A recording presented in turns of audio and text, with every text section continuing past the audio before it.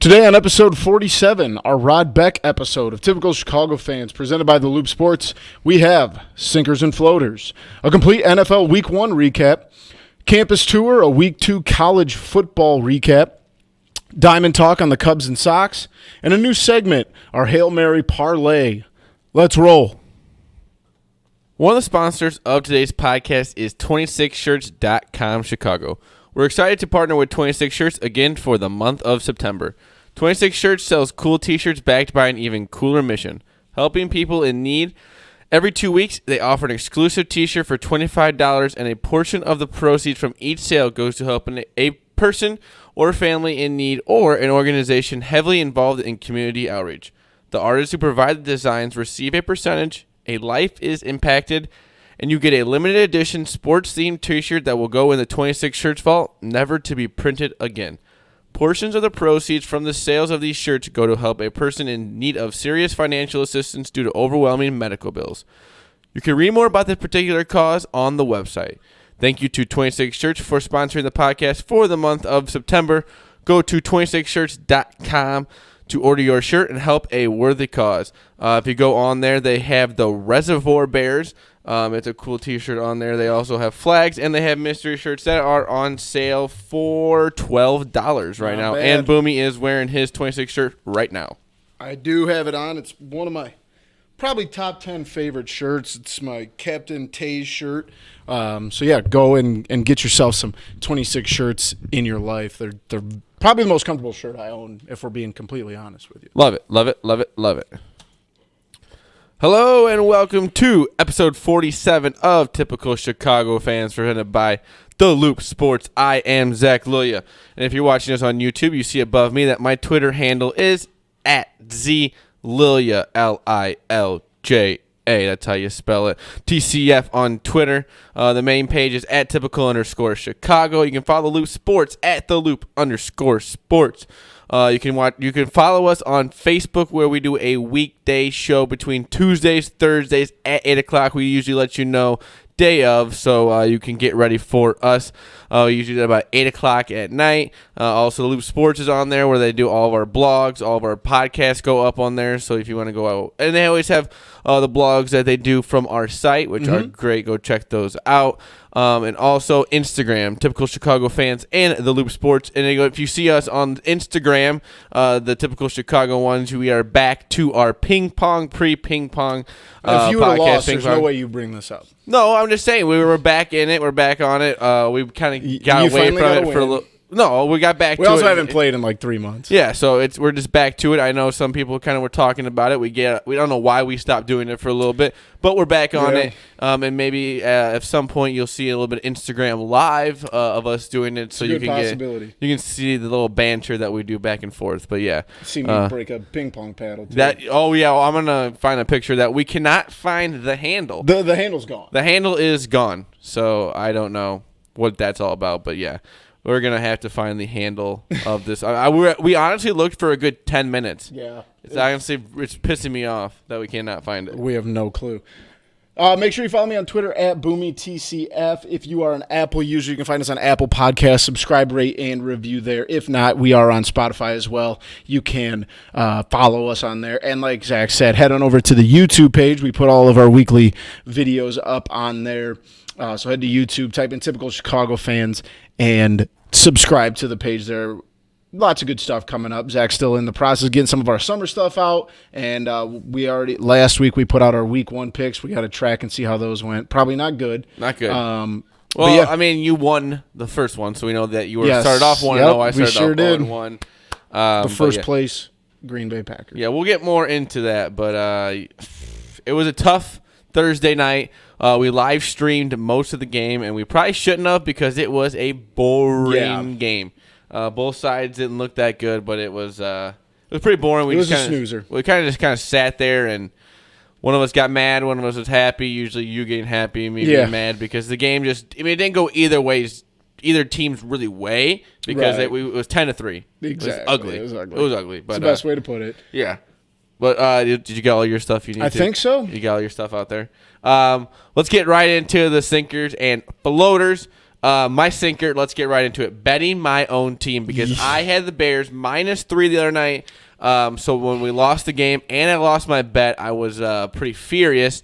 But I am done betting on any team that I have. Yeah. No, I'm completely with you there. That I cheer for. So I also go the same way. Like, I will not bet against. Like, I never bet like for a team I hate either. Like, someone was talking to me the other day, like, oh, you should bet the Cardinals. They're super hot. I'm like, I'd rather lose money than bet on the St. Louis Cardinals. No, I'm not going to. I'm not going to do that. First of all, I'm done betting baseball, so that's all that. I'm that way with baseball. I'm not going to be betting NBA. any more Bears games this year. Maybe some over-unders, but that would be pretty much it. Right. Because it's just one of those feelings that you get so invested in, especially with us doing this podcast. I know it might sound stupid that we just kind of do a little bit of a podcast here, but we are very invested in the Bears and Packers or Cubs or something like that. So when we get all into it, like even with the live stream, I bet it, and I had to get up for the game and also my bet. Mm-hmm. And when we lost both, you notice I got a little quiet, a little mad because I'm mad that my team's losing, but then I'm also mad that I'm losing. Yeah, because I go, Zach, do you want to record a recap video? And you're like, you can do it yourself. Yeah, I'm leaving. like, all right, man. But no, I'm with you. I'm just done doing it because it just puts you in a weird spot too. Right. And like, I don't bet big dollar amounts. I bet more like quantity of games. So I'm the same way with like NIU and even Florida. I'll bet little bits here and there, so just to kind of give me even a little bit more. But like when those bets lose, I'm like doubly pissed. So I try to stay. I'm with you there. I try to stay away from betting on any team I cheer for, unless I'm in the stadium live or it's a nationally televised game. My sinker, on the other hand, is Oregon highways. A man was arrested in Portland, Oregon, for taking a dump truck and just dumping loads of gravel on Interstate 5 outside of Portland as he attempted to elude police in a vehicle that he had. So he's driving a dump truck down the road. The police go to pull him over. In order to get away from them, he just dumps all the gravel in the back. So these interstates that people drive, like 70, 80 miles an hour on, just have gravel all over. Horrible. What a dirtbag. Yeah, that's what I'm saying. Like, dude, come on, man. People are like, you ever driven like more than 55 down a gravel road? It's dangerous then. Imagine going 80 and then all of a sudden the interstate just turns into a gravel road. Like, you're going to kill somebody. But if like an accident happened, would that guy get charged or something? He should be. He should be liable for that. My floater, on the other hand, is Utah police, because their jobs got a lot easier. And this is because a woman in Utah called the police to report a drunk driver on the road. And when the police showed up, she was drunk. So they gave her a DUI. And like, that's just shooting fish in a barrel for all I'm concerned as far as being a cop. She basically called the police on herself. So I think her name, Brianna Dawn Hernandez. What are you doing? What are you doing? If you're drunk and you notice someone else is drunk driving, keep your mouth shut, because you're going to end up in jail. And I'm glad she did. You're a stupid person. What do you mean? Like, they just showed up and they're like, okay, lady, are you drunk? And she's just like, oh, crap. Yeah. Calling 911 to report a possible drunk driver while she was intoxicated. Wouldn't that suck? Like, come out of it, like come out of the drunk, whatever, the blacked out, however drunk you are. And you wake up and they're like, yeah, you got a DUI. And they're like, what'd I do? You're like, you called the cops on yourself. I can think of someone who called the cops on themselves once that we both know. But that's a story for another day. But it says that this woman, that they pressed her on the phone for the license plate number. She gave the dispatcher her own license plate number and started laughing. And officers found an empty bottle of Fireball whiskey in her car. So, lady, what are you? Just drinking hard liquor. Wow. Just slamming Fireball and then calling the cops on yourself. I guess you got to do it. That's just stupid. Imagine like them just show, like being the cop that just shows up and be like, lady. You're like, Brianna, who are you talking about? And you just like, lady, because like when you drink Fireball, you got set cinnamon and it's very potent. Oh yeah. Whoa. Yeah. You're like, ma'am, you've been eating a bunch of freaking cinnamon gum. That's why you got to keep a thing. If you're gonna drink Fireball, you got to keep like big red gum in your. Well, if you're gonna be calling the cops on somebody else, if you're gonna call the cops on yourself, you dumb lady. Other person, that's just wild. My floater is solo golf. The first time ever. I can't believe you've never done it on your own. I went out. Was it Saturday? I went out yesterday. I went out and did 9, and then your brother ended up coming out with me and doing 18 more. It's the best, man. But It's one of those things. I've never really been one to do it, but I couldn't find anyone that wanted to go golfing when I was going to go golfing. And I went out there, and it's just you go right to your ball. You can take more of a time when you get to your ball because you're not rushed to get to somebody else's ball, so you have more time at yours. You can hit multiple balls if you would want to go do something like that. It goes so much faster. Or if you just want to play your own ball, you can go kind of try and find it a little bit more. Yep. And it's just you're not rushed in any way because you know you're just going to get your ball. Right. So if you're a decent golfer, you're going to be able to keep it moving. Exactly. And it gives you kind of freedom to bounce around a little bit more, too. But I also thought, like at a par 3, I know I'm not a good golfer at all. But if I was to get an accidental hole-in-one, no one would ever believe me. I would literally – I've thought about this before because I golf on my own a lot. I would literally drive over to the last hole, find someone, and be like, hey, can you come look at this? Yeah. Just so I can prove Did you notice that I came from the tee box? I didn't go anywhere else. Yeah. Did you see this? And I kind of thought about maybe getting like a GoPro or something, like hooking it to the golf cart and like having it point at least out there so I could be like, this. I mean, I'll drive you up there and show you in real time. But yeah, it's solo golf. It's fun. It's also a good way of getting. I don't know if you got some like stress or something, you can just get away from things. My dad has a golf cart at the golf course, so I can listen to the radio, I can listen to my own music podcast, but I think it's something I'm going to be doing a lot more now. And I think it also will help my golf game too because you go out, you can work on some things. If you want to go chip a little bit, you can.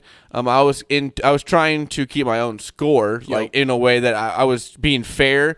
And so I took a bunch of 8s and something like that. But you also kind of can just hit a few other balls knowing that you're going to take the one ball. Right. But you can hit a few because you have enough time. But yeah, I'm a big fan of I can't believe golf. that you're 24 now. 24. And you've never golfed on your own. Yeah. I guess I'm just used to it. It's nothing new to me. I prefer golfing on my own because I can play 18 holes in like 2 hours and 30-ish minutes, where if you play with a group of people, it takes you that long to play 9 holes. I said, I golfed, 27 holes it would be in a good, I think it was like 4 hours. Right. In less, maybe, I think a little less than 4 hours because I started at 1 and we had to be out of there by 5 and we were kicked off. So right. That's awesome, man. Yeah. I'm glad you found that. It's a great time of year because the sun stays up for a little bit longer right now. And it's a little bit cooler at night, so you want to go out there and get a little bit late night golf. Did I see the golf course around here is doing glow in the dark? Yeah, we've done that at Mendota a few times. I think this is the 3rd time. Maybe we'll have to try that out, make some content. It's wild, man. It's hard. Golf's hard enough as it is. Yeah, all right, and then do it. I think it'll be something funny to do because I mean, us golfers who are just average golfers out there that are out there for fun, it'll be fun how the course may just eat us up. In the dark, I don't even know what could happen. So, it is a good time. I've done it before, but I've been trying to avoid this. Let's get into Week 1, first game of the NFL season. Bears Packers. It kind of came down to the end still. I know the Bears didn't have too much of a chance at the end there, but they were driving. Trubisky throws the interception right to Amos, which is Love to see it. Different. It was a weird thing to see as a Bears fan. But he stared Allen Robinson down. I mean, he targeted Allen Robinson a lot. But we said that so did Aaron Rodgers targeted Adams a lot. So you kind of see that they were both kind of stuck on one wide receiver. Neither team really broke away. I know the Bears didn't win at all, but they never really even had momentum in that way. The Packers were up, but it still didn't feel like they had total momentum even until the end. It's a win for the Packers. It's a good win for the Packers, but it's also one of those things. Your offense did look a little different. The Bears' offense looked just awful. I don't get it. I'm going to pull up some stats here. And I don't disagree with you. I'm okay. I'm obviously glad we won, but obviously with a new coach, a new offense, not being on the field at all during the preseason with Aaron taking 0 snaps, you knew it was going to kind of be a clunker getting things going. That's the same thing with the Bears. I understand that they don't want to play a lot of guys in the preseason. Oh, the preseason's a joke. But it's also something that maybe you should throw them out there at least one game. Right. To Well, get the game that they were rust off. going to was the game that they were in Canada. No, I'm talking about the Bears, too. Oh, yeah. Because the Bears did not play Mitch Trubisky pretty much at all after a few and what he handoffs. did was just a handoff. So right here. it kind of came out that in this first game, they were like, oh, this first half's kind of for rust. Well, maybe that's why the preseason is there. Exactly. I know you don't like throwing the guys out there because you don't want them to get hurt,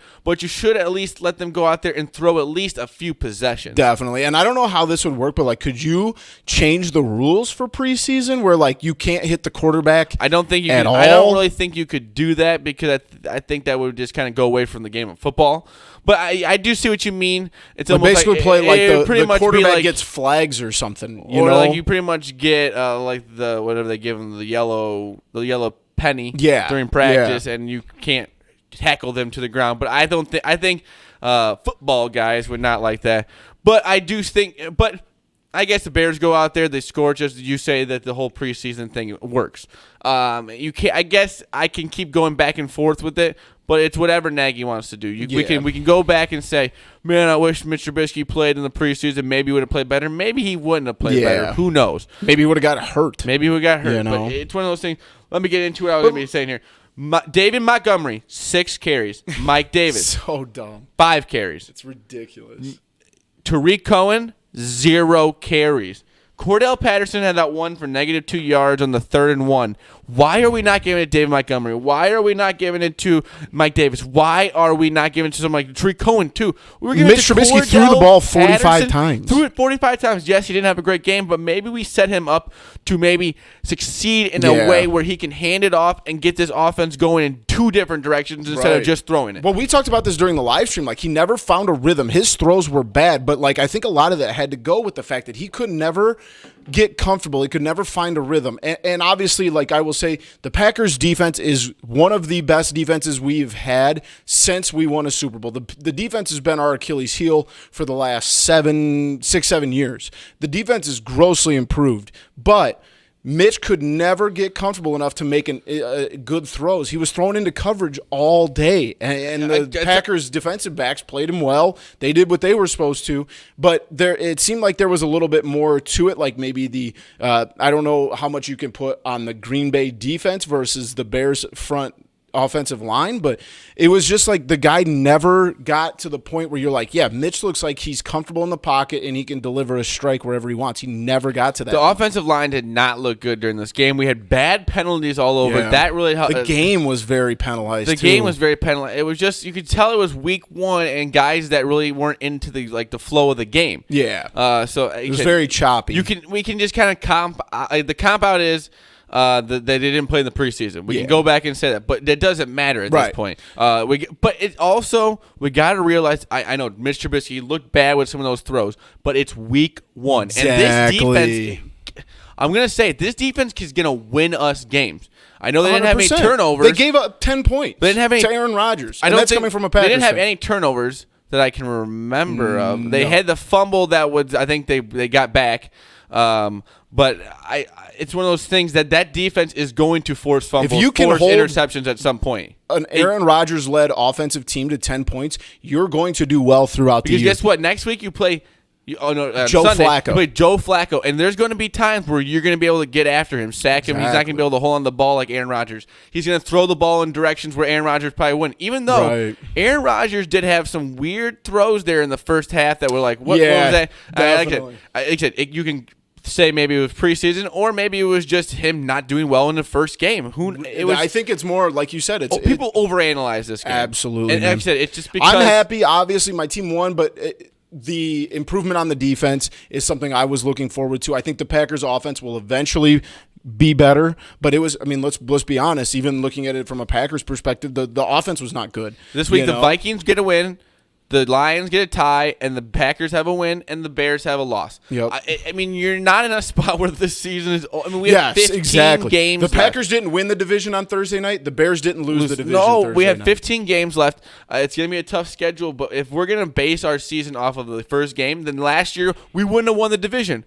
Definitely. We went to Green Bay. We had a big lead. We gave it up, and yes, it sucked, but we kept it moving, and we did well. The Bears' best is yet to come. And I'm in a weird spot here because, yes, I do understand where some of the media is coming from, but with the Eddie Jackson things where he was a little disappointed in the booing, I did think it's a weird spot to be booing somebody in. Yeah. Yes, he's if not it was doing week well. 16, If week 16 sure, what the hell? and this and that. But why are you booing Trubisky or are you booing the calls? Because Right. I understand he didn't throw it well, but you as an offensive coordinator, as a quarterback-driven coach, you got to set him up. Right. And you got to let those guys run. You got to let those guys let the dogs eat out. some yards. Yes. We have 3 running backs that could maybe start on any team. I'm not saying maybe Mike Davis, David Montgomery, still maybe, but they would contribute on other teams.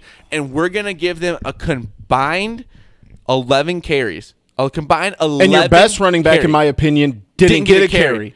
And we gave How Cordell is that Patterson the happening? ball on 3rd and 1. Like, I just That's think bad play calling. you got to go back. As Matt Nagy, I know he took blame for it, but you got to prove to us that you are willing to trust your running back. Right. And if you're going to do a running back by committee, then you have to understand who you have. Like, the fact that Tariq Cohen didn't get one touch, even looking this I'm looking at this from your perspective as a Bears fan, that's asinine. He is probably your most explosive runner, and for him to not get one carry, I understand that he's probably in the game because he can catch the ball and he's good out of the backfield catching the ball. I get that. But the dude is good. I mean, like, let's not beat around the bush. He's a good running back, and he's probably better than David Montgomery. But everyone wanted to go, get him the ball. He doesn't want to get Jordan Howard out there, this and that. It doesn't seem like it matters who is in the running back spot. He doesn't trust them for some reason or doesn't want to call enough plays for him because 11 carries, I think it was about like 10 minutes into the third quarter was the last, or I read it on like the thing where it was like the recap thing. It was 10 minutes in the third. So I don't know if it was 10 minutes left or 10 minutes into it. Right. That they did not run a set play for the running back after that. Are you kidding me? It's not like we got down into a spot where we had to get it going real quick. I mean, other than the 3rd and 40 or 1st and 40, whatever it was. And that's also one of those things. You're at home. Yeah. Why are we getting so many offsides? It's not like we're in somewhere where we can't hear something. We are at home. And it just seemed... The Bears will be fine. People need to chill out. But it also was a little bit... The offense got to show you more. Yes. They got to show you more, and that's fine. But this defense is a top, I would say, 2-3 defense in the league right now. And they are going to win us games, and they are going to keep us in games. And if this offense can just build... If this is the worst the offense plays the whole year, then we're going to be fine. Yeah. And I understand if they play just a little bit better, and then they still wouldn't be good. But you got a lot of guys that you can throw to, but you also have the running backs that if you give them, we got to give them a chance. Exactly. We can't base it off this first week where they got 11 carries Right. and Tariq Cohen got nothing. It would have been nice to see on both sides how the Packers offense would have looked against a middle-of-the-road defense. For me as a Packers fan, because you want to see the new offense, you want to see it work, but also to see how the Bears would do against not Aaron Rodgers. Because I think next week I'm going to hammer the Bears. I like them a lot, even going to Denver. That defense, and there's going to be they're obviously going to be favorites right now. Is it really? Yes, the lines are actually. You were saying, but the lines are out. So. Okay, I'm gonna take the Bears. I think that defense, and I think they're going to be a chip on their shoulder. I think you're going to see a lot more out of the running game. Like I said I'm done betting my team, but that looks delicious. That looks delicious. But quick little rundown here. We got we'll go through these games real quickly if we have any thoughts on them. Chiefs beat the Jaguars 40-26. Vikings, like we said earlier, Chiefs Jaguar. No, I ain't going. I think they said Jets. Sorry. Vikings 28-12 winners over the Falcons. The Titans roll into Cleveland and steamroll the Browns 43-13. Bills beat the Jets in the last minute 17-16. Ravens drown the Dolphins 59-10. Eagles hold on against the Redskins 32-27. Rams travel across country, get the Panthers 30-27. Chargers in overtime defeat the Colts 30-24. Seahawks over the Bengals 21-20. Cowboys looking kind of good. 35-17 winners. 49ers in Tampa Bay win 31-17. And we have a tie, as we alluded to earlier, in the desert between the Cardinals and the Lions. And as we record right now, end of the third quarter in the Sunday night game, the Patriots are beating the piss out of the Steelers. Okay. We did full football Sunday today. I watched all the games. We had the Sunday ticket. I'm gonna go through my thoughts on all these games. Buffalo Jets. The Jets, you can't win that game. You're not going to win a game all year. That's at home against the Buffalo Bills, and you're going to do that. Josh Allen threw or had 4 turnovers or something? Yeah, it was at home. Yeah, they had 4. Let's see here. The Bills stink, too. He had 2 interceptions, Josh But Allen he also did. had one, called back. 2 fumbles. Yeah. It's an FL fumble. Yes. Sorry. I was Fumbles lost. So, yeah, that's 4 turnovers by your quarterback, and you still get the win. If you're the Jets, that's depleting. That's tough. The Ravens, Lamar Jackson is Are the real Ravens that good or the Dolphins that bad? That's what I was going to say. What comes from this game is Lamar Jackson, he's a real quarterback. He made that sure that they knew. He said that something like, that's pretty good for a running back, just kind of throwing at you. Yeah, he's a good quarterback. He can throw. But you're going to have to see it more against other teams. Definitely. The Miami Dolphins are out here to lose every single game. And as our guy Frank the Tank is about to say, they are tanking for Tua. Yep.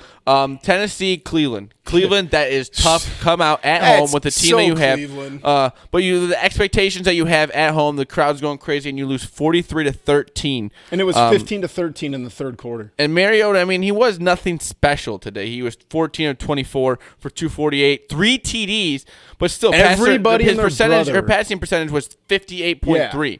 Everybody and their brother talked about the Browns' offense. No one talked about the Browns' defense. There's nothing there. We got the Vikings beat the Falcons. Falcons defense stink. not very good, but the Vikings did take care of business at home.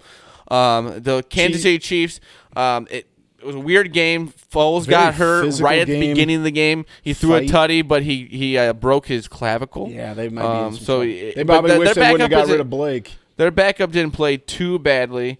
He was Gardner 22 Minshew. of 25. Gardner Minshew was? Yes. Damn. 22 of 25, 88 passer percentage. I don't know that.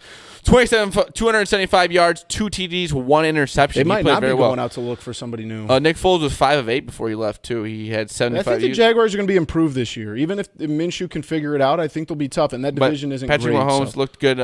He did have that one where he tried to get a little cute with it, throw it with no look pass. He also sprained his ankle real bad, too. So that's got to be a little that's going to be one that you don't like ankle injury, especially for guys that like to move like him. That's just going to linger throughout the season. You know who the Chiefs' backup quarterback is? He actually signed 5 days ago. It's Matt Moore. Don't want to ride that. The Rams go to Carolina. Don't look that great, but they get the W by 3 there. Carolina looked better than I anticipated. McCaffrey is good. McCaffrey's he's a dog. A real deal. Yeah. I'm not that high on Cam Newton. I think that he's on the down low of his career. I think that he's taken a little bit too much of a beating throughout his career. He seems like he's been injury prone, and it's not really for no reason. It's because he's always trying to make that run. I think if they can keep him upright, they'll finish in the 2 spot. What I would say is I feel like he hasn't had the greatest running backs in the past. Yeah. And now that you have McCaffrey, feed McCaffrey more and take some of that pressure off of him. And force Cam to throw the ball a little more too, and maybe not be as maybe just let him go a few times a game. How about the Eagles almost pissing one away? The Eagles almost pissed it away. Look better than that would have been awesome for our survivor pool, which had a lot of guys on the Eagles. Yeah, that's what I know because you did it. But speaking of that, we had the Seahawks barely beating the Bengals. They won 21-20. Biggest spread of the day. Biggest spread. They were 9.5. The Eagles had 10. And neither of the Seahawks down to 10. This is just sports action, Gotcha. so this is what they ended at. So yeah, the 9.5 and 10, neither of them covered. No. So it's a lot of favorites not covering. I did some parlays, which I think I like a lot during the football season. If you got a noon slate and you're not trying to lose too much money, for sure. Pick a few favorites that you like. Speaking of that. Browns, thanks for losing me money. All I need you to win. I had a 3-way parlay. I need you. I had a 4-way. I would have been. If it wasn't for I figured out that if you tie, you get some of the portion if you win both the other ones, and I would have been 5-0-1 on those if it wasn't for the Browns, who were I think they were the biggest favorites out of all the ones I took. Maybe other than 285. Maybe other than Seattle. Yeah. So that's same here. I only had a couple different than you. Chargers hold on and beat the Colts. The Chargers, I think the Colts look better than what we anticipated after losing Andrew Luck 2 weeks ago. I thought they did enough to stay in the game. Their defense looked good. I took the Chargers in a parlay, and right at the beginning of the game, your brother goes, "That seems like a Colts revenge game," and they came back. They made it a game, but in overtime, the Chargers took the win. Brissett, he's going to be good. They paid him for a reason. I think he's going to be a good quarterback. Yes, he's not Andrew Luck. He's not Andrew Luck, but so aren't most of the quarterbacks in this league. So I think the Colts are going to be in a good spot going forward. But they are also in a spot. They are in a spot to get to maybe the playoffs, but maybe not make it. Right. But they're not going to be anywhere near the picks that they all thought they were going to be. No. Oh, we're going to have to go tank for new. No, you keep it moving because you don't want to be the Dolphins. It's ugly to see. Lions, we got the Lions. Cardinals, our first tie. The Cardinals score 18 in the fourth quarter on the Lions, and that's what we get for betting on the Lions. Kyler Murray looked good in the second half. AQ Shipley also looked good on center. You gotta love it. He is a grinder in the league. I love on that podcast. About as good as McAfee podcast. I don't even know any backup in the first half. That was a dog shit first half out of Let's just say there was a lot of games that were that way too. Yeah, you could tell it was week 1 of the playoffs. Speaking of here with the Patriots just beating the crap out of the Steelers right now. Which are the Cowboys back? No, I don't think they're back. The Giants just that bad. Well, okay, I'm gonna go into this. I saw something where now Dak Prescott in the next few days is supposed to be getting a contract. Yes, he had a perfect passer rating and he had a great game against the Giants. Yeah. The Giants defense. This is if you're really gonna base a contract. No, off I of hope this, they do. I pray I'm not saying, that the Cowboys sink $40 million into Dak Prescott. I think that's terrible money. It's just, but it's maybe not terrible money. But if you're gonna base it off of one game against the Giants at home in Dallas in a season opener, I think I saw something about that Jerry Jones said it should be done in the next few days. So you're pretty much saying we have two guys here. One guy's a quarterback, one guy's a running back, and we have no more money to pay anybody else.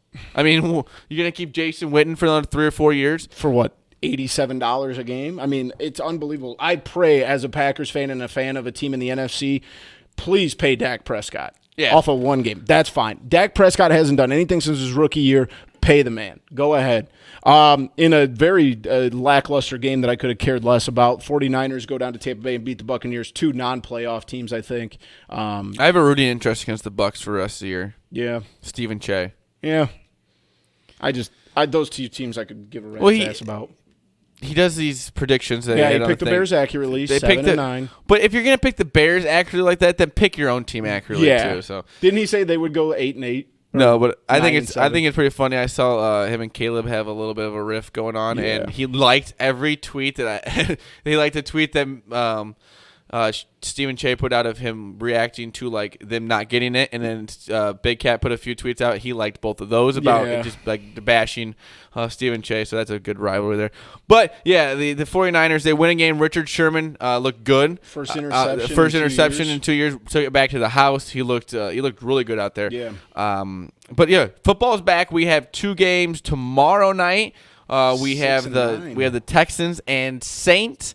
The Saints are 6.5 points favorites, and the Broncos Raiders. Broncos are 2.5 point favorites. What do you want? That one scares me about betting against the Broncos because I feel like there's a lot of resentment in that room. People thinking that the Raiders are going to get housed because they lost Antonio Brown. I think it's going to go the opposite way. I think the Raiders are going to come out. They're at home, I believe.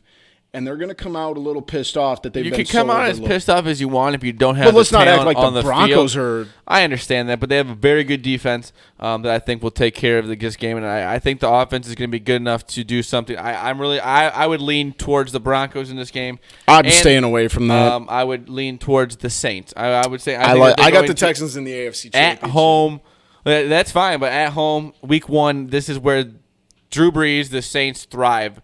But we go back to last year in our survivor. We were talking about our survivor pool. We had 60% of the league was on, or the pool was on the Saints at home against the Tampa. Bucs, and they lose week 1. So what do I know? Yeah. What do I know? But I just don't see. I see the Texans regressing from last year. See, I think eventually the Saints are going to not be the Saints that we all think of them as. I just don't think that's now. But I think it is. Listen, who knows? What do we know? Yeah, exactly. We're just two idiots. If you want to look at my Sports Action app right here, you can see it. It's just a bunch of red. So it's just. Anything fun in college football yesterday? Nothing fun happened. I mean, I know you struggled on the game, but there was some interesting stuff. Michigan almost gets beat by Army. Michigan almost gets beat by Army. Army was literally a field goal in regulation away. They had 2 seconds left. They missed it. It was like a 50, maybe 40-something yarder. About Ohio State, they not struggle, but they were, still within. I would say there's no dominant team. I mean, the Clemson Tigers are dominant. Alabama. The Alabama's dominant. Like, Clemson isn't going to play anyone that good anyways. The rest of the year, Texas A&M was probably the best team they're going to play. Yeah. And Alabama most likely will get through their schedule. But I still see that they could lose some games. They're not the dominant Alabama of old. So I feel like there's going to be – I think it's going to be more storylines, and the playoffs is going to be a little bit more shook up this year than just teams that you kind of knew throughout the last few months. I think it's going to be more bounced back really nice, 77-6 win over Nevada. The NIU Huskies stayed in it for a little while. Screwed me. Illinois. They ended up winning, but they should have won by more. It's because Illinois is not good. I mean, they won at UConn. UConn against the spread actually won for like the first time almost ever. So that's how you did there, Illinois. Wisconsin looks all right, 61-0 against Central Michigan. You want to know who I've been very surprised by early in the season? Who?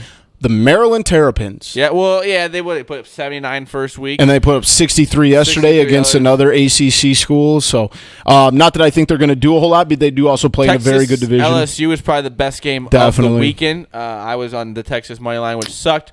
I was not. It looked. I mean, I bet the money line, and then I watched the beginning of the game when LSU players were going over to Texas's sideline and drinking their water, spitting it out. You should have hedged it so fast. LSU's quarterback was it Burrow? Was over there Joe waving Burrows. to the crowd, and it just. I mean, those guys. If I would have known that you don't go against Coach O. He's turned into a very good college coach too. Definitely. From a guy who was kind of criticized at first. He was only an intern guy, but he is really. I think LSU is going to be in that playoff this year. I think there's a good chance they go of into that. Texas, which it was just crazy. There was loud. Texas isn't like a bad team either, and they win, and they. Okay, I just looked at this. Sorry, I had Oregon State. They scored 28 in the first half, and easy winner, right? Nothing in the second half. Fall asleep, wake up late at night on the couch, and Oregon State had lost. That's how my weekend went. It was bad. And then the Browns go ahead, screw me too in football. So if you want to, okay, I'm going to plug another thing here. I'm doing the Moneyline podcast now with Nick Petro and Matt Schofield, whatever. You still don't know his name? He said it's whatever. We talked about it on the podcast, and he said call him whatever. But I do that now. So if you want to listen to that will be coming out on Wednesday nights too. If you want to hear me, I'm not going to try. And if you want bets to fade, Zach will be on there. Yeah, if you want it, it's going to be a mental breakdown this week on there. So if you want to get a full dose of Zach freaking out and you can laugh at me, go over there. It's the Chalk at the Chalk TLS. Yes, I think that's correct. I should know that because I'm a part of it now. You should. But if you want to go over there, just. I try to. It is. I'm not on it, and I listen to it. I keep my misery off of here too much. I keep it a little upbeat, but this is there's like your outlet to just go my off, outlet King. to get away. But I'll also be giving more picks, so that'll be interesting to do. But yeah, go check me out there at Moneyline Podcast. We're getting into. We got college football. We got NFL. Yep. If you want to go to those games. Boomy, can you tell me where you would get tickets? You just talked about how much you're loving Illinois right now, right? 2-0. I know they didn't cover the spread. They're playing good football. Illinois is at home this week. Northern Illinois is traveling to Nebraska. Who cares what Illinois State's doing? No one cares about 1AA. Shout out Game Boy. I'm kidding. But if you want to go to a college football game, you have to go to our friends at SeatGeek. SeatGeek is a ticket search engine that never loses sight of the fan experience. Simply go to their website, type in the name of a team, and choose the date that you're looking to attend. SeatGeek will present you with a graphic chart of the stadium, where you can then choose your seats and tickets based on a score system that determines the best value. If you've never used SeatGeek before, we've partnered with them to give you a great deal. Simply apply the coupon code TheLoopSports in all capital letters at checkout to take $20 off your first purchase. Now, this only works on your first purchase, guys. After that, sorry, but you're on your own. It's okay. SeatGeek's prices, you'll be fine. A $50 night for two at the ballpark, at the stadium, wherever you want to go, becomes just $30. A $23 trip by yourself turns into just $3 with the coupon code TheLoopSports. You have no excuse to not go out and root on your favorite team. Just apply the coupon code TheLoopSports at checkout and have a great time on us. Thank you to SeatGeek for partnering with us here at Typical Chicago Fans and the Loop Sports. It is ticket buying season. We got. It is. We were talking about. We got MLB playoffs coming up here. Mm-hmm. We got the heart of the football season. We got college football. We're gonna have NBA starting up here in a little bit. We got. I think there's only a month or so until the Blackhawks are back. So we're gonna have. I think all preseason NHL stuff starts like at the end of this month. I love it. So we got. I mean, sports are a full go right now. They're full bore. We got. And September's the best month for baseball. Yeah. I mean, let's get into that real quick. We got the Cubs, who are officially 4.5 games out of first place. I think they're like 3.5 games out of the first wild card spot. They have the second wild card spot by a few games. They're most likely going to be in that spot if they aren't to win the division. Right now, they're a game and a half up on the second wild card spot. So that's not a given. As of right now, September 8th, 2019, we are traveling to Washington for the play-in game. Play against most likely Max Scherzer or Steven Strasburg. So you pick your poison there. We're not playing well. We can't finish games. The bullpen will not let us finish games. Yu Darvish is pitching great right now. He is pitching beyond his contract right now. And we can't rely on Lester. Lester pitched pretty well today. We can't. An RBI. Yeah, we can't rely on Hamels right now. That's just not something we can rely on. Not really reliable either. Hendricks, pretty reliable right now. And Darvish is the best pitcher on this team. We can't rely on the bullpen right now. We get later innings. We don't know what's going to happen. Yu Darvish is the best starting pitcher in this division. Right now. Yes, he really is. The entire division. And when we get today was just it doesn't even I can live with losses, but and I'm probably saying this too early, but it looks like there is no fight in this team, and that is infuriating. It's sad because there's so much of an opportunity still left. Their heads are so far up their ass. 20 games left. Yep. We got 20 games left. 7 against the Cardinals. 4 at Wrigley Field. 3 in St. Louis at the end of the year. We gotta win. I'm not saying we gotta go undefeated. We're not gonna win every single game, but we gotta get ourselves in a spot where if we are to get that last few games, we can go maybe sweep and win the division or do something like that. But we are putting ourselves in a spot where we are getting farther and farther away from it. The Cardinals won, I think, 1-0 today. Cardinals are like 23-7 in their last 30 games. When the Cardinals lost the other night, the Cubs lost a game when they should have won. They should not lose any games to the Milwaukee Brewers. Milwaukee's not a good baseball team. They're not a good baseball team. They don't have a starting rotation. Craig Kimbrell is hurt right now. That doesn't help anything. But even when he's out there, it's not like he was pitching lights out for it. So we got shut down pretty well the other night by Zach freaking Davies. So give me a break. It's the lack of fight. If you could tell this team was out here, and it's the mental errors. Addison Russell with throwing errors in the 8th inning. Was it the 8th inning the other day? That's unexcusable. I understand we all hate Addison Russell, and we're going to need him because Javi's out with a broken thumb now. He probably won't play the rest of the season. So somebody's got to step up. I don't care if it's David Bodie. Just someone step up and fight because it looks like this team's done giving a shit, and that pisses me off. You're still in the game. But like I said, we got we got 20 games left. Yeah. We still have a chance at it, but we just want to see more of the fight. I know it's a long season; it drags on, but we got to have somebody that can step up. Schwarber's stepping up right now, but he needs he needs more help. Jason Hayward with a homer at the end of the game. It didn't really matter, but maybe that's him breaking out a little bit. I hope so. But Cubs, my birthday is on Tuesday. Just for a birthday gift, just play harder the rest of the season. That's all I ask. All we got to do right now. All they had to do today was fly to San Diego, and now we have a 4-game series in San Diego. Yes, they're not a very good team. But it's still going to San Diego. But they also have some good prospects, and it's not going to be a cakewalk. It's not going to be a cakewalk. So we're in there for 4 games. I think they come home and play 3 against the Pirates. Every single game is a winnable game. And just put yourselves in the spot. But if you go 4-3 during those 7, this has to be 5-2, 6-1 type of material if you want to be a playoff. We got to reel off just a few here. You can't. I'm not even gonna go with like we got to sweep. We got to go on. You got to win series from here on out. You got to win 3 or 4 here. You got to win 2 or 3 over the weekend. Yes. And just try and build on that. But the Cubs just can't get going. We go on a little bit of a losing streak, then we sweep a series, then we go on a little bit of a losing streak, then we get a few games and we think we're back, and then we lose more. So that's not. Like I said, if we can just lose a game, win a game, lose or win a few games, lose a game, but it just seems like it goes in such streaks. It's so frustrating. And the Sox, Tim Anderson playing very well, very well. I mean, you're just building on things, and you're kind of waiting to see what happened to Luis Robert. But I would not hold my breath if I were you. It's kind of disappointing. It would be if I was a White Sox fan. But it's what they're expecting to do. They said something about him being in the playoffs down there. I think that's bullshit if that's your excuse. Yeah. Because I understand it's you want him to be in competitive baseball, but a AAA championship, who cares?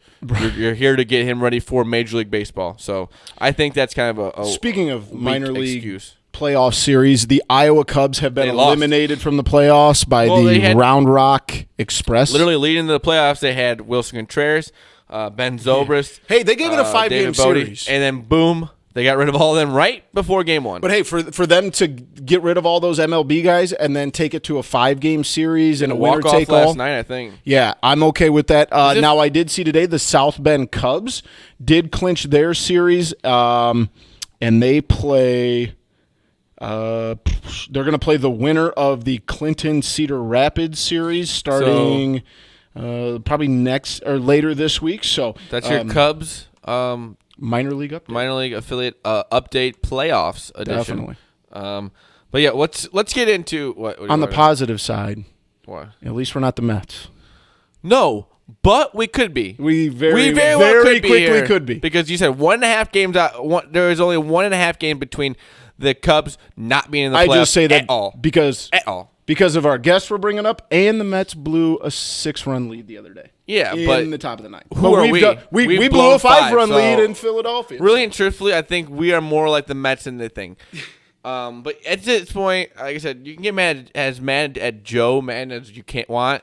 At some point, the players on the field have to do something, and it's like we said. We were watching football today. We didn't really want to even turn on the game. Didn't watch a pitch. It just was disappointing, and I'm gonna keep it. I'm not gonna not watch. No, the Cubs. I agree. But like tomorrow night at 9:00, I'll have that game on as I lay down to sleep. As I go to sleep, maybe keep me up.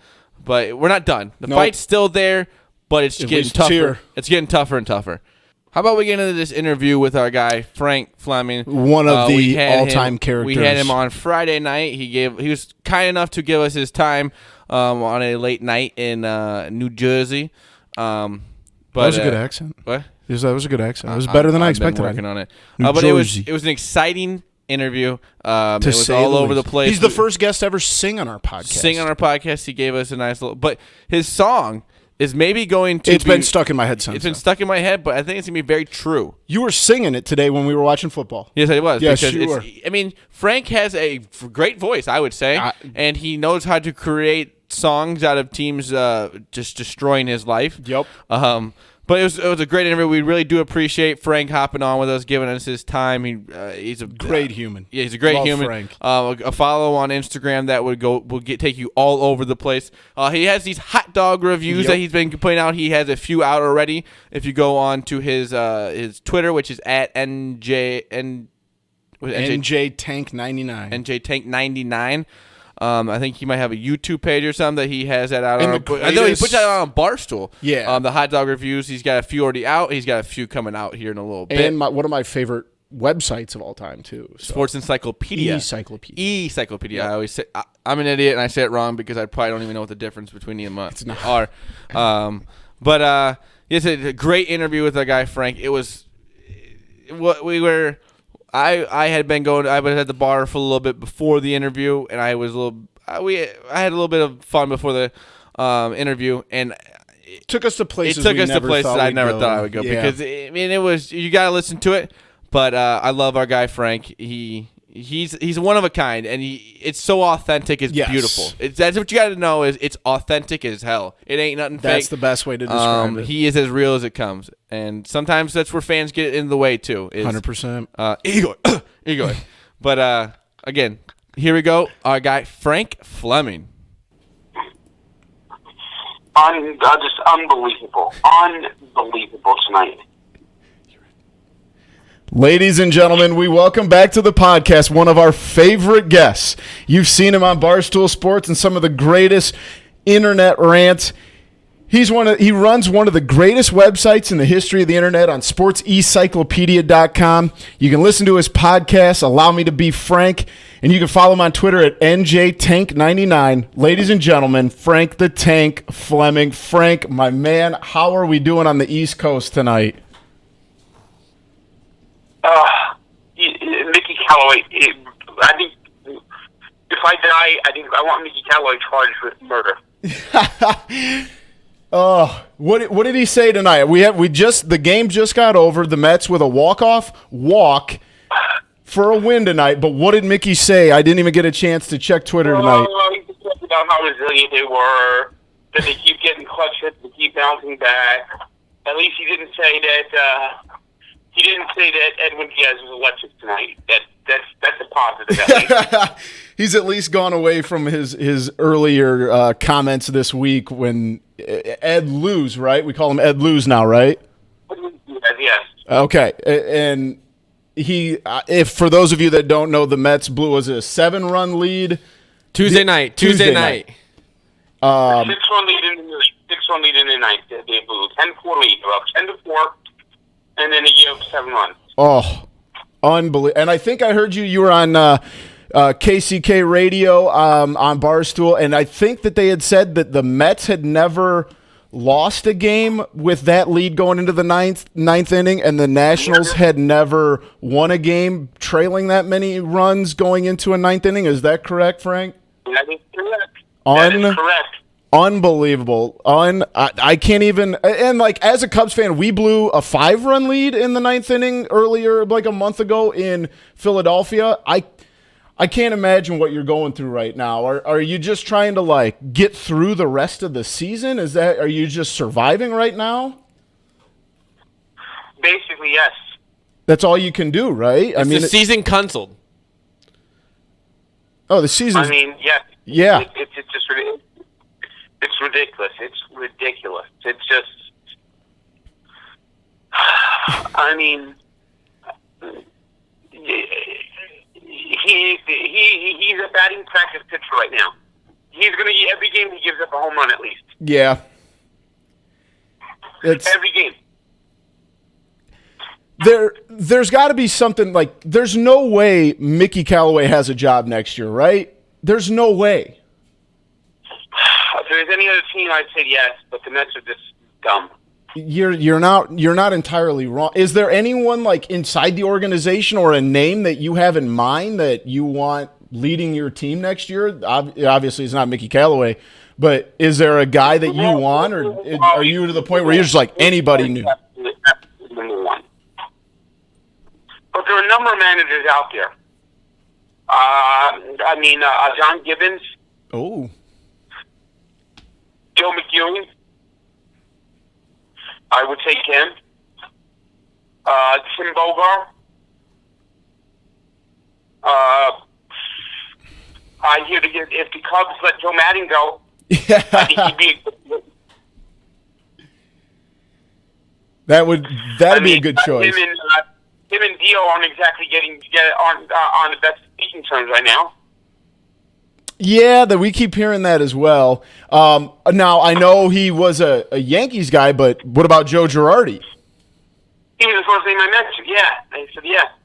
Gotcha. I think that's the name we hear a lot if Joe gets fired. Joe Girardi would actually be my first choice. I like that. I think that'd be a really good choice. That's the name that we always hear people say around Chicago, that if Joe Maddon gets fired, a lot of people want Joe Girardi. I like that pick. I like Joe Girardi. Girardi was born to manage the Cubs. Yeah, he was. That's very true. Never thought of it that way.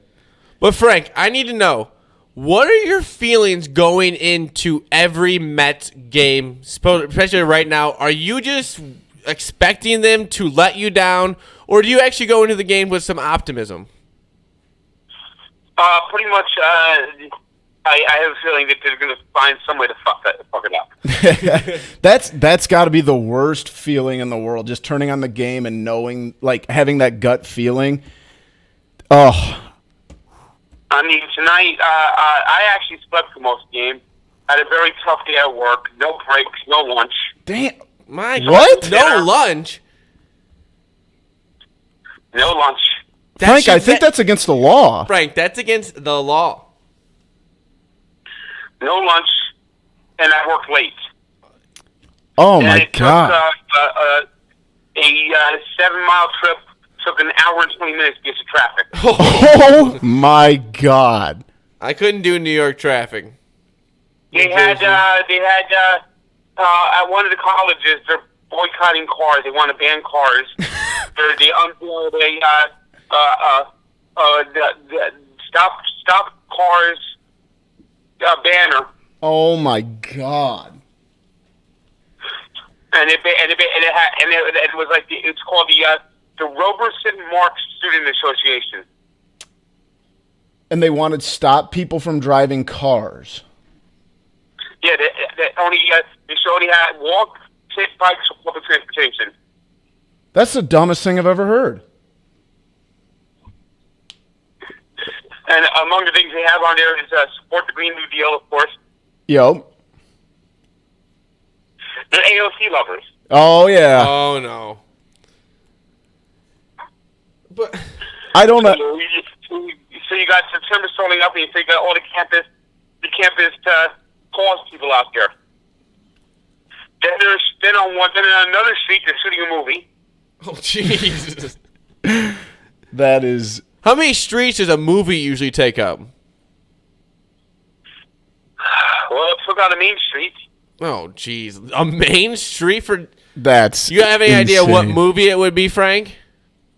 It may not even be a movie. It might be a TV show, too. But that happens a lot. All right, Frank, so I was in New York this summer. So was Zach. And I actually took the New York subway system, and I figured it out pretty quick. That's not bad for a country bumpkin like me. I was pretty proud of myself. How is that different from, like, the New Jersey transit system that brings people from New Jersey into New York? Is it a completely different entity? Does it have any resemblance to, like, the... Manhattan, there's a subway almost every block, so...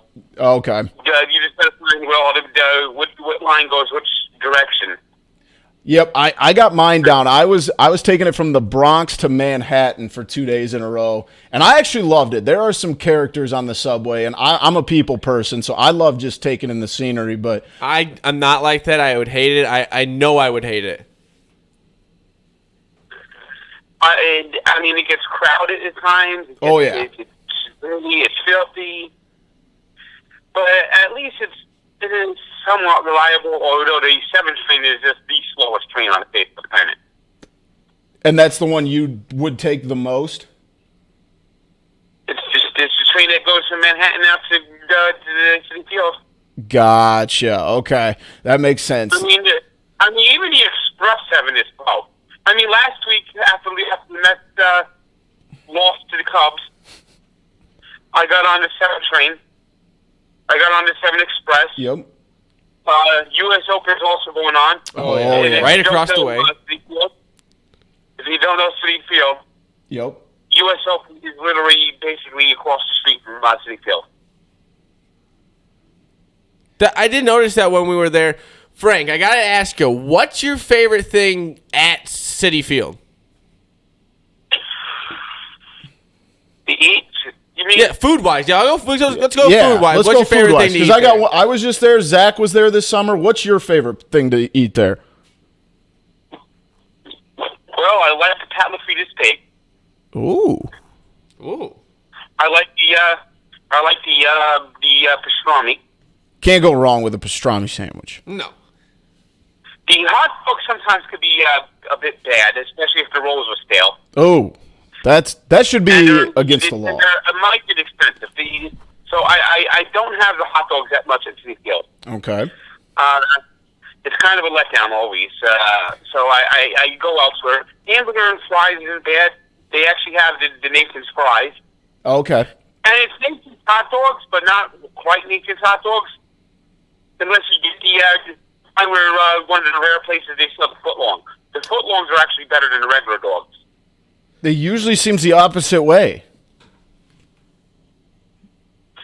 But the problem often with the hot dogs at City Field is they like to get the extra small Nathan's hot dogs. Ah. So they don't have like the longer Nathan's hot dog.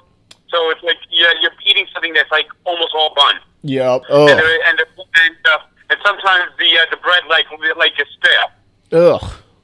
But Frank, that I don't know if it was my experience, but it was one of the longest line experiences I've ever had. There was not that many people in front of me, and it took about 25 minutes to get a hot dog. Oh, without a doubt, the concession people at City Field are barely functioning. Yes. It was kind of crazy. I know lines are kind of long, but it wasn't even a long line, and it took me forever to just get one hot dog because there was one person working there. There were two registers. They weren't using both registers, and it was infuriating me.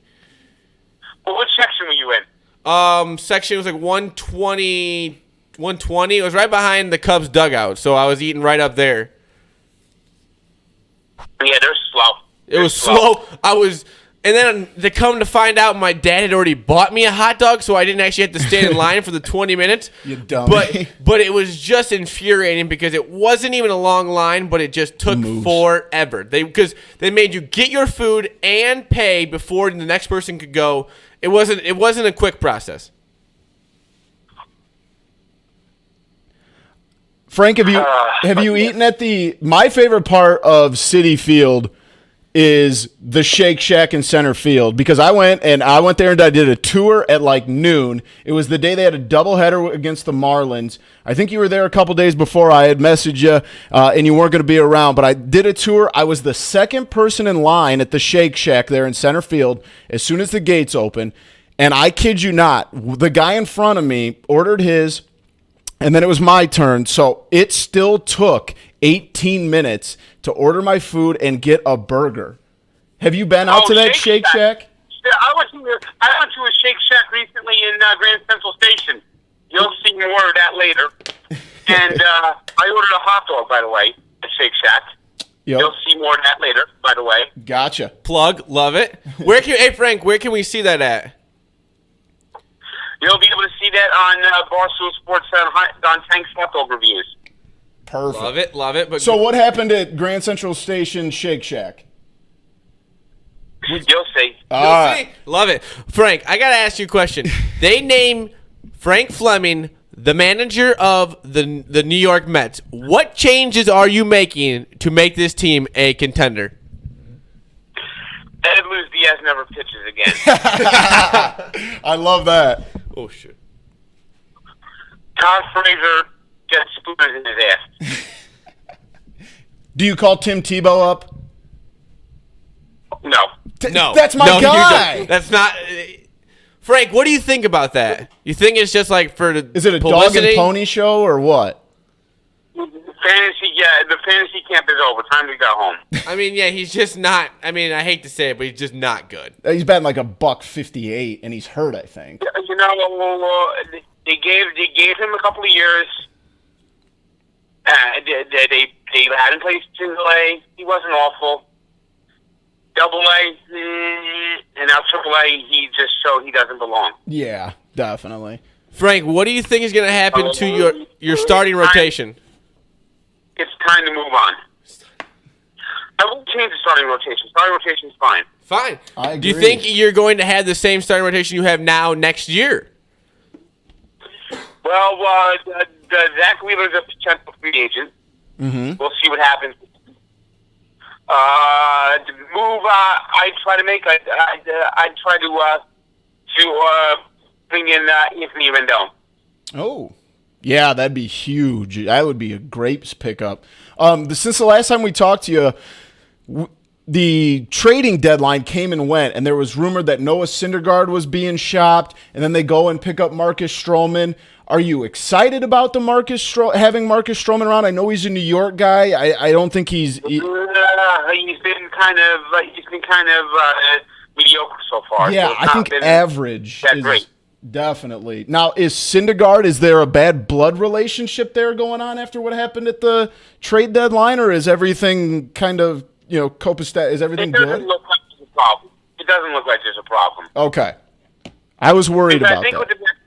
I think the Mets put him out there, not to really shop him, but to see if they could land like a top 5 prospect. Right. I don't think they were looking to necessarily trade Noah Syndergaard, but if someone were to offer them like someone that was like a can't miss prospect, yeah, I think they would move. For sure. I think the Mets going forward, I mean, new manager, maybe a couple pickups, like you said, pick up Rendon or someone else to even one other arm in the starting rotation and fix that bullpen. I think that's your biggest weakness. We have the same issue here with the Cubs. Our bullpen is our biggest weakness. The Mets are not far from being a contending team, but I think there's just a couple small tweaks they need here and there. Yeah, the bullpen needs to be fixed. Seth Lugo looks like he could be a closer, but he doesn't look like he has the arm to be a closer. Oh. Like tonight he wasn't available. That was a major problem. Yeah, that's the thing of a closer. You need to be available when needed. Your best ability is your availability. The Cubs are in a spot where they need a closer. We just lost Kimbrel for 10 days. Yeah, just lost Kimbrel. I mean, they just try to look at getting some type of closer. Don't know who's out there. Yeah, I wouldn't trust Craig Kimbrel right now. Yeah, no We kidding. understand that because he is now getting injured, but even before that, he wasn't very reliable. He hasn't been consistent over the last few weeks. So do you think the Cubs made a mistake in that? In the middle of last year, something happened to Craig Kimbrel, and he's been terrible since like the middle of last year. Yeah, the Red Sox didn't bring him back. Well, we can box up and send you Pedro Strop if you really want him. We need an excuse to get him out of town. No, we got We can't even give him away, man. We can't even give it. Frank, on a completely unrelated note, man, what do you think? You're a Dolphins fan. You're a diehard Fins fan. Are you guys trying to tank for a number 1 overall pick this year? What's going on with the Fins? Tanking for 2. Tanking for 2. We may not even win a game. Oh, we're tanking for 2. Tanking for 2. This team is gonna be horrible. Dude, that was beautiful, Frank. Honestly. That was you have the a best beautiful thing that happened voice. to me this you have week. a beautiful voice. In reality, are they bad enough? Like, I know they went with Fitzpatrick. Are they bad enough to secure up that number 1 overall pick? Do you think? Well, the over-under for the Dolphins is 4. Oh God, that's brutal. So are you going to tune into every game? Are you going to be a religious diehard, knowing your team is not actively trying to win games? I'll do a lot of my watching this year, as I have for a lot of years now, through the Red Zone Network. Gotcha. The Dolphins haven't been watching every day, every game for years. Yeah, I don't blame you there. Do you ever get down to Miami for a football game? No, but I watch them when they come up to the Meadowlands. That makes sense. That stadium down there in Miami looks really, really nice. I would love to hit that stadium. Oh, yeah, they did a good job fixing it up. For sure. Do you miss Shea Stadium at all? A little bit, but it feels so much better. And I know this is me coming in as an outsider, like someone from Illinois that didn't grow up with the Mets. I've been to almost every Major League Baseball stadium now, and I've been to like 10 inactive stadiums. And I mean this in the most loving way possible. Shea Stadium, when I was there, was kind of a dump. I was not a fan of it. What was your favorite part of Shea Stadium that you kind of miss?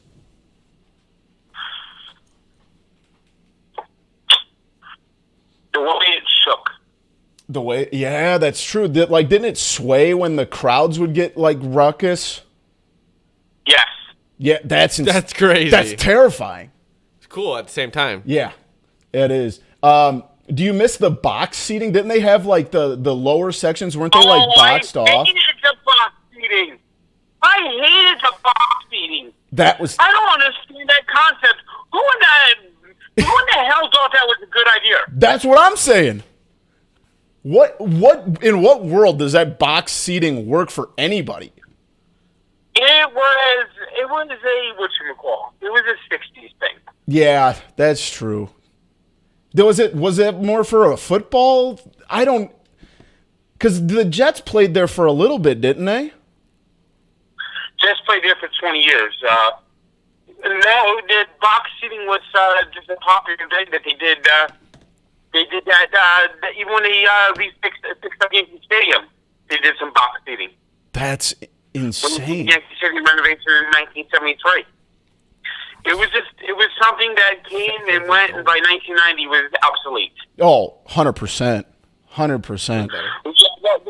Once they started building the Camden Yard stadiums, that's when it sort of became like obsolete. Definitely. I think Dodger Stadium might still have box seating, or at least one had it one time. Yeah. They did some renovations there. I think they got rid of it when they renovated a couple years ago. To do that. Right. I don't understand it at all. I thought it looked terrible. I thought it was horribly uncomfortable, but what do I know about designing stadiums? That was something of a bygone era. Definitely. I don't think we'll ever see anything like that again. But so Zach's got something here. Frank, I got to ask you, you're the guy who lives in your building who's a huge Colts fan. What were his thoughts on Andrew Luck retiring? Oh, he hates Andrew Luck. He thinks he's a scumbag. He thinks he's a lazy millennial. He actually has the Darren, the guy's tweet. I forgot who did Darren that. Ravel? Well, no, it might have been Darren Ravel or something like that. Oh, no, who was it? The basketball guy. Doug Gottlieb. Doug Gottlieb, yeah, that's the one. He liked that tweet. Oh yeah, the one about you. Yeah, I was because I know I heard you that he is a big Colts fan. He goes as crazy about the Colts as you do the Mets. What's one of his craziest rants that he's gone on? It's not rant. It's getting blind drunk. Oh. Well, likes to hit the bottle and go crazy about the Colts. You gotta do what you gotta do, I guess, when something like that happens.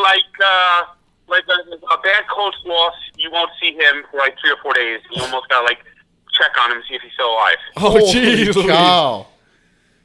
Frank, did you watch any of the Bears-Packers game last night? That game was awful. Awful. Thank you. Yeah, if you're the NFL, you gotta be a little embarrassed by that first game. I actually live streamed the second half. I'm from the second quarter, late in the second quarter on, while opening packs of cards in during timeouts. Love it. And Mitchell Trubisky, he sucks. This is perfect because Zach is a Bears fan. I'm a Packers fan. We took the whole thing in last night. So. It's tough to see because that defense was so good last night, held Aaron Rodgers to only 10 points. Aaron Rodgers did not look like Aaron Rodgers, and we still could not beat him at home. That just, as a Bears fan, that just hurts. Now, here's the difference. The Bears defense is really good. Really good. Yeah, so yeah, that good. And you can tell Aaron Rodgers, it wasn't that he was necessarily having a poor game. It's just the Bears defense was on his ass every play. Right. I was happy that the Packers defense, as a Packers fan, our defense looked really, really improved as well compared to what it has been in the past couple years. Compared to last year, but that was Mitchell Trubisky just staring down receivers. Yeah. That last interception was bad. And throwing like flutter balls. He had no zip. The throws weren't good. It seemed like every throw there was somebody on the wide receiver, or at least very close to him. It seemed like there was nothing easy. He should have thrown 3 picks. You got to run the ball. Run the ball. What you saw yesterday was Trubisky will get to the line, look at the receiver he's going to throw to, kept looking at him. And that's the recipe for 9 interceptions. Yeah. Nathan Peterman He should have at least 4 yesterday is what they said. Yeah, Yeah, the Packers dropped several interceptions. Yeah, literally a few right in their hands. I mean, Trubisky was terrible. Can only go up for the Bears. I like Matt Nagy after the game. 3 points is ridiculous. Yeah. I mean, if Mickey Callaway was manager of the Bears, he would say how Trubisky had electric stuff, and that the Bears battled last night. Oh, that's the best line. We've come full circle here. I love it. Frank, did you get a new Mets shirt after the other night after you ripped that shirt off? Did you go out and get yourself a new one? I have like 20 Mets shirts. I have 20 Mets shirts. Love it. That one is just now. That one's now going to go to the great T-shirt in the sky. The graveyard. That was an all-timer right there. I actually still I haven't thrown it out yet because I had somebody said that they might want it. So I'm going to just hold it to the side for now. In case someone actually legitimately sends me money for it. I think it should be put in the Baseball Hall of Fame. That's got to be put up for auction. And that should be in the shade at City Field. That should be in there. Just like this is something a fan gave up for his love of the Mets, and we made him mad. We're gonna put this up, frame it, and everyone just can go right. Yeah, remind everybody how the struggles of a Mets fan. Oh, it's just terrible. It is terrible. Well, I think there's good things on the horizon. Like I said, if they get rid of Mickey Callaway. Once you get rid of Mickey Callaway, it's only up you can go. Exactly. I mean, Callaway is just. I mean, how do you put him back in the game? I don't get it. Yeah, I didn't get a chance to even catch the highlights from that game the other night, but listening to 7 runs in 1 inning for any team is just a disaster. Yeah, it doesn't matter if it's a little league game. I mean, that's brutal. Did you at least catch up on sleep? I know you said on. You had 1 hour of sleep the other night. Well, I got home today. I was tired, and I actually missed most of the Met game today. I didn't wake up until the 8th inning. Man, Frank, I gotta ask you. How comfortable are those chairs at Barstool HQ? Oh, they are very comfortable. I can tell. I see like you're always taking a little nap there, which is beautiful because it just proves how comfortable those chairs are, and it just seems like you're having a great time there. How is that place? Oh, it's nice. It's a very nice new studio. And by the way, to be fair, that last time I took a nap, last week, I walk around Penn Station, I walk around Grand Central Station, and then I walked 14 blocks from Times Square. So you needed one. You walked from Grand Central Station to the Barstool headquarters? No, Times Square to oh my God. Jeez Louise. I thought I walked around a lot when I was in New York. It sounded like you deserved that nap. Yes, 1,000%.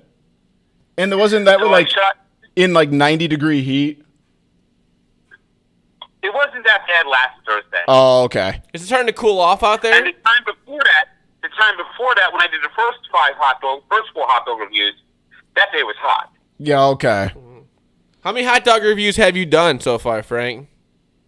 Well, I've put up 5 of them or 6. Actually, no, I put up 6 of them so far. Okay. And I got 5 more in the can. Love it. Content flowing. Frank, thank you for coming on. Yeah, tonight, man. It thanks was so nice much. Of you. We wanted to get you on here. You've had yourself a hell of a week. Yep. Thanks. Well, yeah, you get the weekend. You don't have to work tomorrow, do you? No, I'm going to the Met game though. So love it. Well, get rested up, man. We're thinking about you out here. Thanks for joining us. Make sure you follow Frank at NJTank99. Listen to Allow Me to Be Frank. You can find him all over the internet. Sports East. Check out his hot dog reviews. If you're gonna trust somebody with some hot dog reviews, Frank the Tank is your man. Frank, thanks so much for coming on tonight, man. We appreciate you joining us. All right, I'll talk to you later. All right, have a good one, buddy. Thank you, Frank. All right, bye. And that was our guy, Frank Fleming, Frank at the Tank. NJTank99 on Twitter. Great follow. He goes live whenever something's bad about to happen to the Mets. He goes live every night usually. Yep. Was it a vlog is what he calls it? And he does a page every night on Barstool Sports Usually comes out around midnight or so, like that day in sports, something that happens because his site's pretty much old school baseball teams. He has an article on almost all of them. It's just stuff that you would never think would be on there, but he's something special. And that interview was also brought to you by Monkey Knife Fight, one of our lovely sponsors. Make sure there's prop betting, and like I said, NFL, that's where I'm going to get ready to go next week. I got some money in there. So if you head to Monkey Knife Fight, type in promo code LOOP, LOOP in capital letters. They will match your deposit up to $100, and it's kind of a daily fantasy on crack, right? You get to pick certain games, and it's very specific. I love it, and I'm going to get a little bit deeper into that. So head on over to Monkey Knife Fight. Use code LOOP to match your deposit up to $100. That means you put 100 in, they'll give you 100 in free play. So head on over to monkeyknifefight.com. Like I said, if you're more into the daily fantasy side of football, it is a great spot to go for NFL Sundays, Thursdays, Mondays. And I think Nick and maybe Matt put their Monkey Knife Fight picks up. We also have a DraftKings group that we have been putting together that if you go I will be joining that you go on to at the Chuck TLS, you go onto there, you can find the link. I'll put the link out when we put this podcast out. I think we're gonna be doing $5 leagues. Yep. $5 contests. Weekly leagues. Weekly leagues. So if you missed out in the first week, that's okay. You can jump in. We might be doing Monday night games, Thursday night games. I don't know how that works, but it's something fun. I have two buddies of mine that actually joined that had nothing to do with the Chalk or the typical Chicago fans, and they both, I think, got first and second. Of course. Maybe getting kicked out, Drake and Joe, because that was unbelievable that they won the whole thing. But let's get into it. Our 5-team Hail Mary parlays, because I had a few today because I am down in the hole trying to dig myself out, and we thought, let's give away our crazy parlays. I wouldn't put much money on these if you're going to, but you can sprinkle a couple bucks Sunday, here and there. We're going to be we'll put Sunday, Monday, Thursday games together, however the combination works. But Boomy, do you want to give yours first? So just to kind of clarify things, it is going to be a 5-team parlay, and we're talking money lines, not covering the spreads here. We like to pick teams and just sprinkle a little bit. I'll put, if basically I try to like level out my account. If I have like 57 in my account, I'll put $7 or $57.53. Then I'll put $7.53 on this. So my 5-team parlay for week 2, I'm going to take the Green Bay money line. I like them at home against the Vikings. The way our defense has gotten better, give me Green Bay. I like Baltimore. I know that might be a trap game with Baltimore playing as well as they did this week, but I really, really think they're going to be okay. Let's see. Who's Baltimore even playing? I can't even remember. The Ravens are playing the Cardinals. There we go. Yep. I wasn't impressed with the 13-point favorites. New Orleans next week I like a lot. I think it's a revenge game for them. I know my brother's not going to like that because they're traveling to L.A., but it's a revenge game from the NFC Championship. So give me that one. Obviously, New England is kind of on a roll, and I think next week you're going to see Antonio Brown out there just tearing things up, which we didn't even talk about that, the whole situation there. They're going to be tough. They're going to be really, really difficult to bring down. And my last one is Kansas City. I like what I saw. If they can get Patrick Mahomes' ankle upright, I think they'll be okay. Get him upright. Let's go. I will go with, I like the Panthers at home against the Bucks. Okay. I don't have any trust in the Bucks. No, I think I'm the Panthers look pretty decent. Like I said, Cam Newton is still a threat, and McCaffrey is very, very good. I'm going to go with the Colts. On the road, this is not a favored game. They are plus money. But I think that the Colts, the Colts look good. Yeah. I'm not that high on the Titans. I don't think they played that great. I don't think Mariota's that good. I think, I know this is a 5-team parlay. You probably shouldn't be throwing something like that, but I do feel like that's a game that could go in especially the favor of the Colts after coming off thinking they should have won that game today.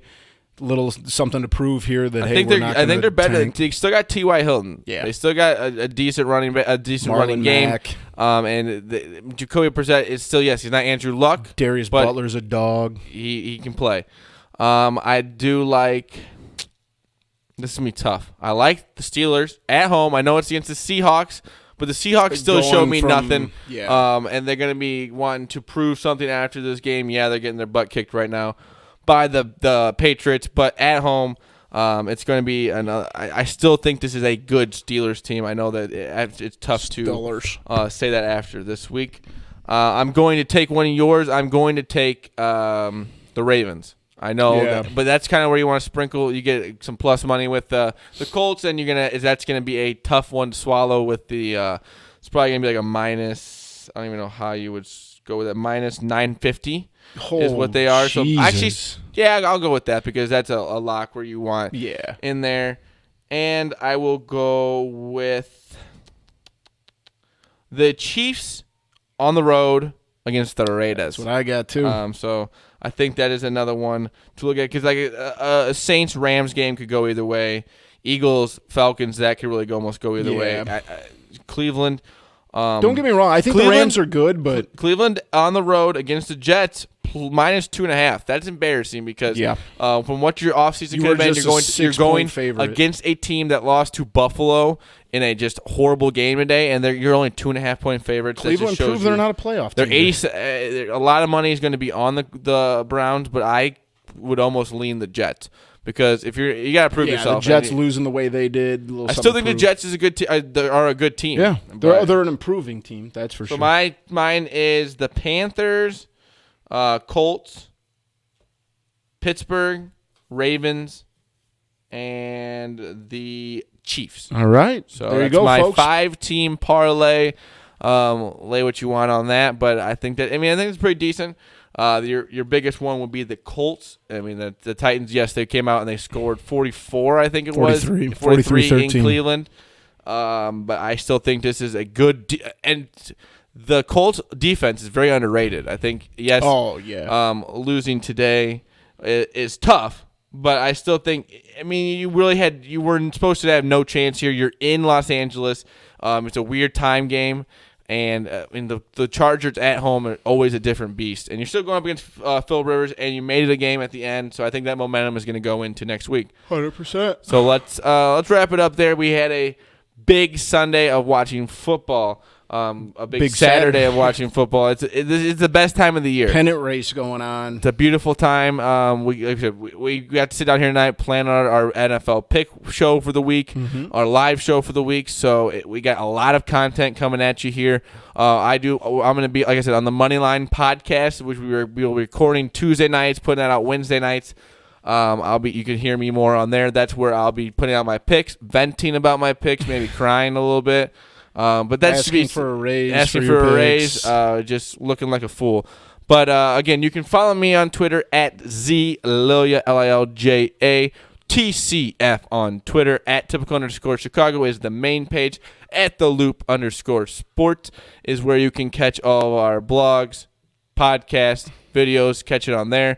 Facebook, like I said, we do a weekday show between Tuesdays and Thursdays, 8 p.m. We will let you know day of.